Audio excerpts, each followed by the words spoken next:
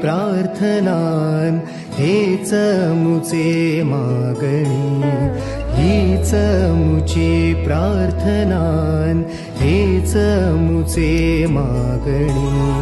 माणसाने माणसाशी माणसासम वागणे,